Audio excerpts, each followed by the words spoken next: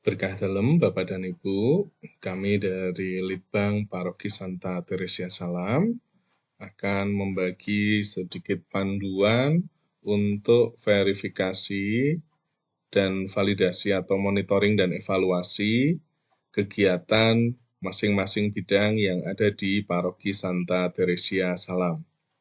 Yang pertama, Bapak Ibu, silakan untuk form dan panduan dapat di-download di sini, Linktree /Litbang Salam. Ini untuk panduan dan formnya. Nanti untuk formnya silahkan diklik, ini diklik. Form Monef Paroki Santa Teresia Salam. Ini ketika diklik nanti akan diarahkan ke Excel yang online, nanti Bapak Ibu download dulu ya. Bapak Ibu download dulu, caranya file, download, terus Microsoft Excel ini silahkan di-download dulu. Baik, ini sudah terdownload. Karena kalau Bapak Ibu langsung mengerjakan di sini, ini tidak akan bisa tersimpan. Ini adalah kami buat hanya view only atau hanya melihat saja. Nah, sekarang kita akan lihat form Monef-nya. Form Monef Paroki Santa Teresia Salam. Nah, di sini sudah ada petunjuknya Bapak Ibu. Yang pertama, silahkan isi nama paroki, bidang, dan timpel. Jadi, formatnya ketika pertama kali muncul, di sini harus diisikan Paroki Santa Teresia Salam, tahun, bidang pelayanan, dan timpel. Sebagai contoh, yang Litbang, Dewan Pastoral Paroki Santa Teresia Salam tahun 2022, bidang pelayanan Litbang, timpel, pendataan, dan pengembangan.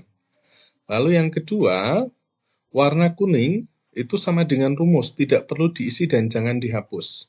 Jadi yang warna-warna kuning itu adalah rumus Bapak Ibu. Ini sudah ada rumusnya, tidak boleh dihapus, juga tidak boleh diisi, nanti otomatis ya. Lalu untuk jumlah sheet-nya nanti disesuaikan dengan jumlah programnya Bapak Ibu. Jadi kalau yang sudah disediakan itu ada 7. Tetapi kalau Bapak Ibu dirasa kok kurang,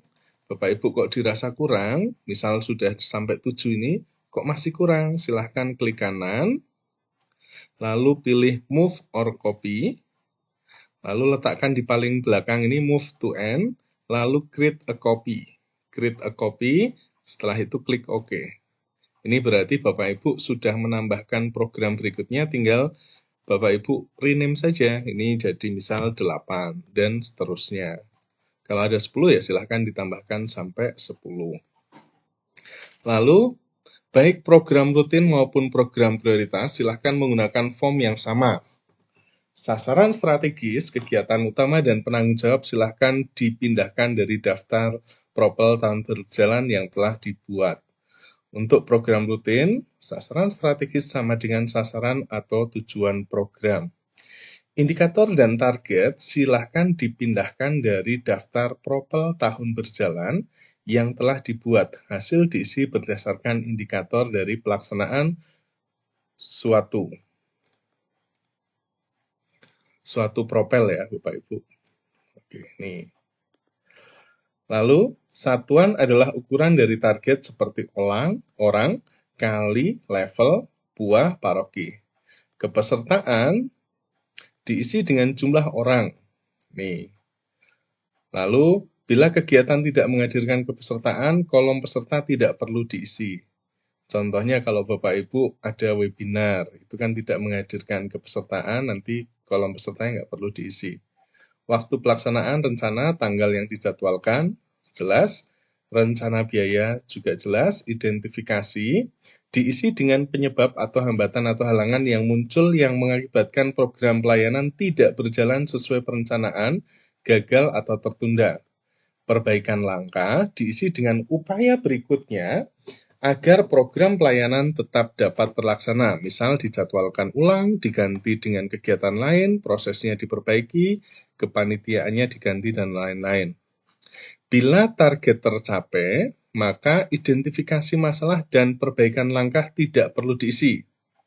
Hasil evaluasi diisi dengan kesimpulan akhir atas pelaksanaan program pelayanan seperti catatan penting yang ada, manfaat yang didapat, perubahan kondisi yang dihasilkan, pengembangan program pelayanan lebih lanjut. Isi tanggal Monef dan nama ketua bidang pelayanan pada kanan bawah formulir. Ini ya Bapak Ibu. Nah, sekarang kita akan coba isi salah satu.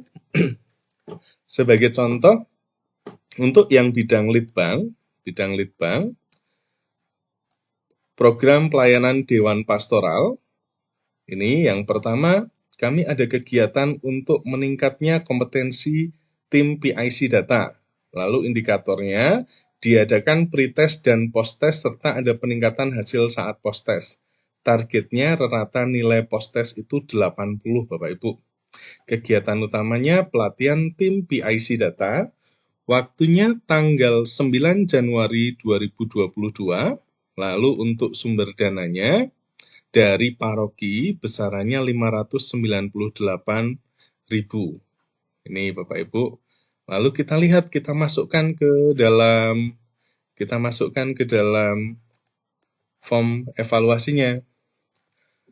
Yang pertama ini meningkatnya kompetensi tim PIC data. Oke. Kegiatan utama pelatihan tim PIC data, penanggung jawab jelas. Lalu targetnya adalah diadakan pretest dan post-test serta ada peningkatan hasil saat post-test.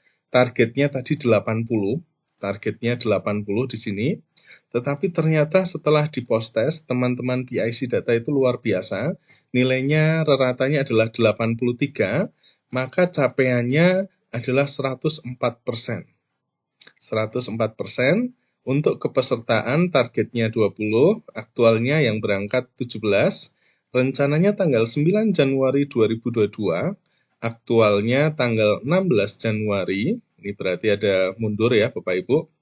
Lalu untuk biaya tadi 598.000, aktualnya 540.000, terjadi efisiensi. Nah, kalau di sini capaian lebih dari 100% atau tercapai, identifikasi masalah dan perbaikan langkah itu tidak perlu diisi Bapak Ibu. Identifikasi masalah dan perbaikan langkah itu tidak perlu diisi, Bapak Ibu langsung ke hasil evaluasi. Yang pertama perlu komitmen bersama tim PIC data agar dapat hadir dalam kegiatan karena targetnya 20, aktualnya 17 Bapak Ibu. Lalu perlu konfirmasi kehadiran peserta, jadi Bapak Ibu ketika ada kegiatan, kita mulai biasakan ada konfirmasi kehadiran agar yang menyiapkan snack, makan segala macam itu dapat berhitung, lalu yang menyiapkan tempat juga dapat berhitung. Lalu kegiatan mundur karena bersamaan dengan agenda kegiatan lain, maka perlu sinkronisasi data jadwal kegiatan karena teman-teman PIC tidak hanya terlibat di litbang. Jadi mundurnya karena ketika ditawarkan tanggal 9, oh ternyata banyak yang tidak bisa. Akhirnya pelaksanaannya ada di tanggal 16 Januari. Ini satu contoh program yang progresnya tercapai Bapak Ibu. Sekarang program yang kedua, semakin validnya data umat di 7 wilayah, 26 lingkungan. Kevalidan data umat di setiap wilayah dan lingkungan, prosentasenya 90% Bapak Ibu. Ini prosentasenya. Nah, kalau tempat, tanggal sudah jelas. Sekarang kita lihat, ketika kita masukkan ke form Monef-nya, jelas untuk judul, bidang pelayanan ini juga jelas, sasaran strategis jelas, kegiatan utama jelas, ini jelas, lalu targetnya 90%, tetapi hasilnya baru 84,38%.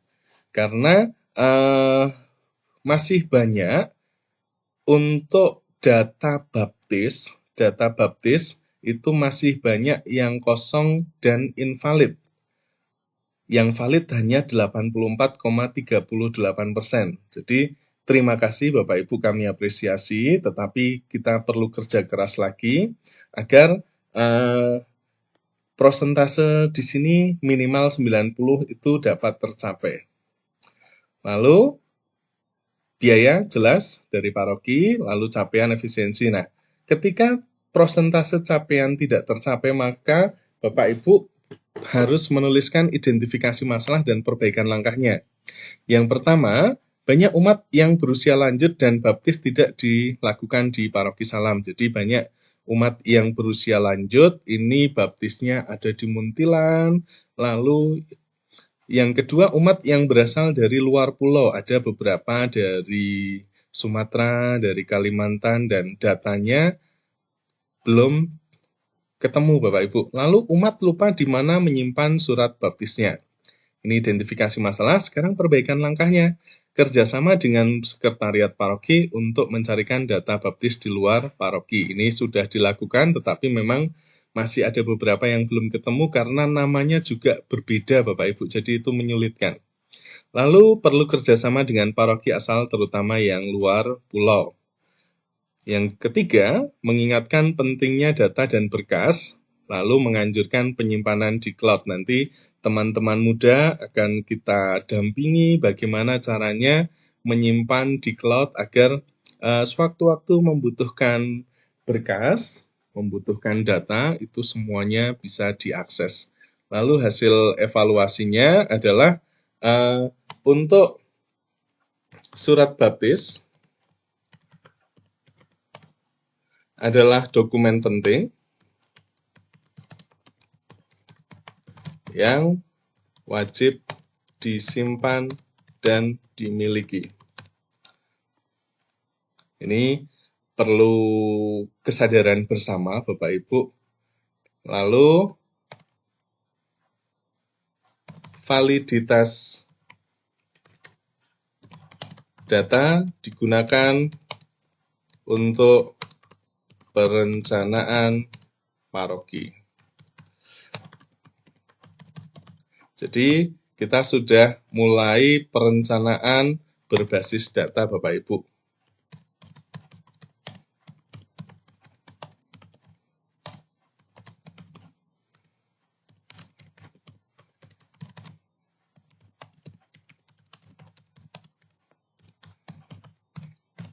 Ini evaluasinya, perencanaan berbasis data sangat diperlukan agar tidak salah program. Lalu, Magelang tanggalnya, ketua bidang pelayanan, nanti diisi. Begitu Bapak Ibu, semoga dapat membantu, berkah dalam, salam sehat selalu.